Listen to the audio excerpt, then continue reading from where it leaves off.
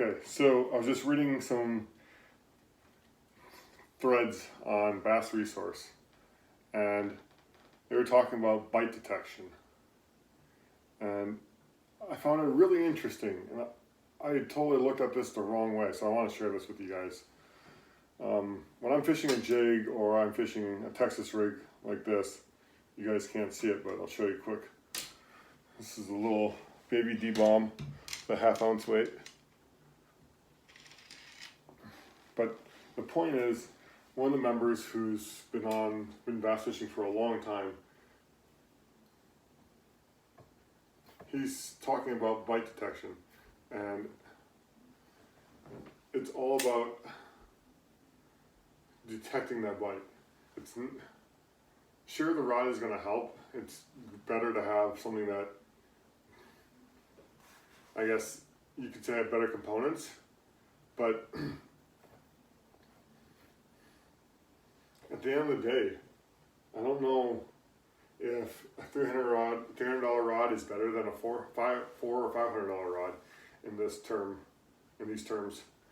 And I know a lot of people will say, if you can get it, get the NRX, get the Steez, get the Conquest, get the Destroyer, get all these different rods that are really, really good, really high-end stuff. These are like in the in the football or sports world. I mean, these are like your gold standard players that cost, half a billion dollars, like Patrick Mahomes. And so I guess the point that I'm trying to make here is nothing replaces time on the water.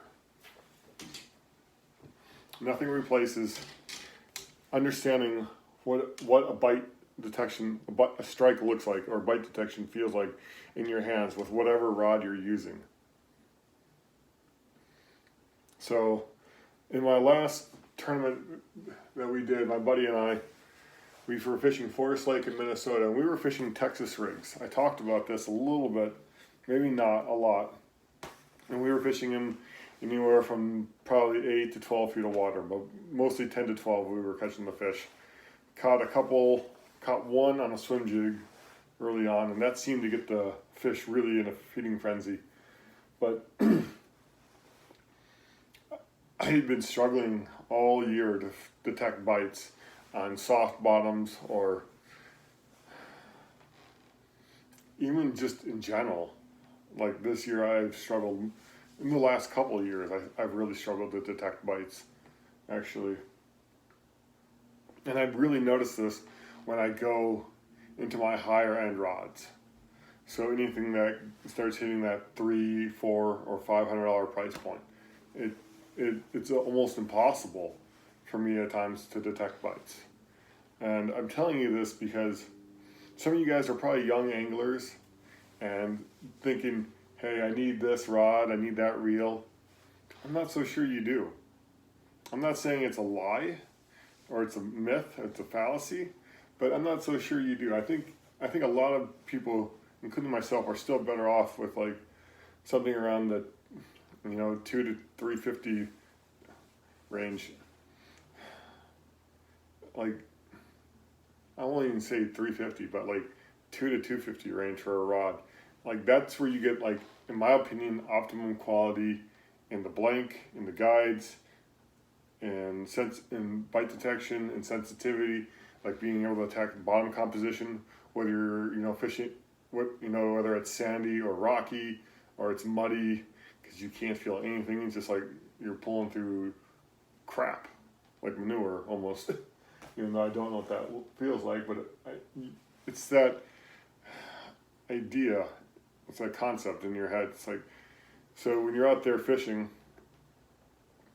and you're pitching grass or you're dragging a football jig in deep water, this is where, like, in my opinion, I think something like the Orochi Brailleist right here, which is what I was using, and I pretty much didn't put down all night, except a couple different times to try different stuff.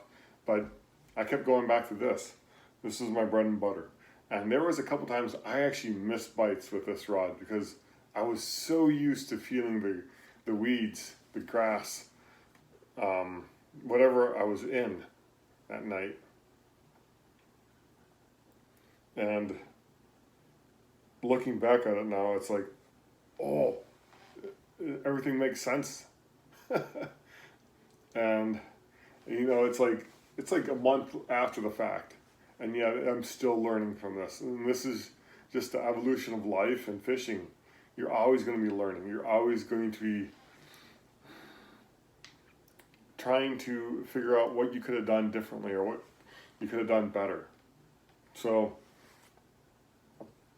for all you young anglers out there, you thinking you want, I need this G Loomis NRX or the GLX, I've fished those rods and they are fine pieces of equipment. They are, but that's all they are. They are pieces of equipment. They do not, and I repeat, they do not make you a better fisherman. What makes you a better fisherman is time on the water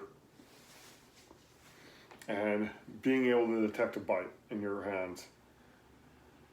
So that's what I'm going to leave you with. Don't get wrapped up around this is what I want, this is what I need. Sure, we all have our wants and we all have our needs, but they look very different when we're out there fishing and there's one rod or a couple rods that we always pick up other than the rest, and those are our go-to rods. Those are the rods that we feel comfortable with. I mean, I've had a Dobbins Ecstasy, a 755, which is in many people's opinion, it's one of the best jig rods on the market. Sure, it leaves a little bit to be desired in some respects, but it's a premium rod. Here, I'll show you. I love it. I love this rod, but I don't fish it that often. I don't really have a reason why, other than the fact that every time I fish it, everything feels like a bite and I swing on it, and it drives me nuts. And so I would tell you my skills are not up to the ability to detect bites and to handle something like this 755. And yet I have it in my arsenal because I think there will be a time and a place when this rod will actually be used to its fullest potential. I mean, sure, they'll probably come out with a new rod and a new line. Somebody will. They always do. That's part of the game. Everything's always changing. Bigger, better, lighter, faster, smoother, more sensitive. But those are all subjective words into the understanding of what it is that makes fishing for you. So don't be discouraged if you're the guy out there and you're fishing a Dobbins Fury or a Sierra or a Kage or one of the older Tatulas. They're just as good as everything else. And the only thing that's going to make you better is time on the water. So get out there and fish.